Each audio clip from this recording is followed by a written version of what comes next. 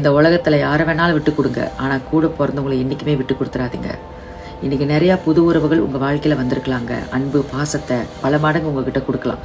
ஆனால் கூட பிறந்தவங்க மாதிரி உண்மையான அன்பை யாராலுமே கொடுக்க முடியாது. முகத்துக்கு முகம் பார்த்து ஏசிடலாம், திட்டிடலாம். ஆனால் ஏதாவது ஒன்றா துடிச்சு போகிறது அவங்கள தான் இருக்கும்.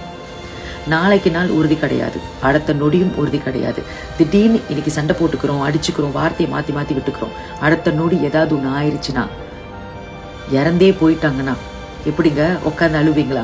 வந்து மறுபடியும் பேசுங்க, என்னை மன்னிச்சிருங்கன்னு சொல்லிட்டு ஒன்றுமே பண்ண முடியாதுங்க. அதனால் இந்த கசப்பான நினைவுகள் உங்கள் மத்தியில் போய்கிட்டு இருக்கா, தூக்கி போடுங்க. எவ்வளையோ நல்ல விஷயங்கள் நடந்திருக்கோம்.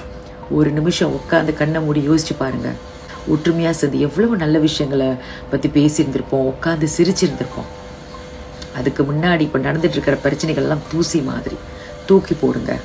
இந்த ஒரு ஜென்மம் மட்டும்தான் இந்த பிறப்புகள் எல்லாமே. அடுத்த ஜென்மம்ன்றது யாருக்குமே உறுதி கிடையாது. குடும்பத்துக்குள்ளே அடிச்சுக்கிட்ட என்னங்க ஆகிறது?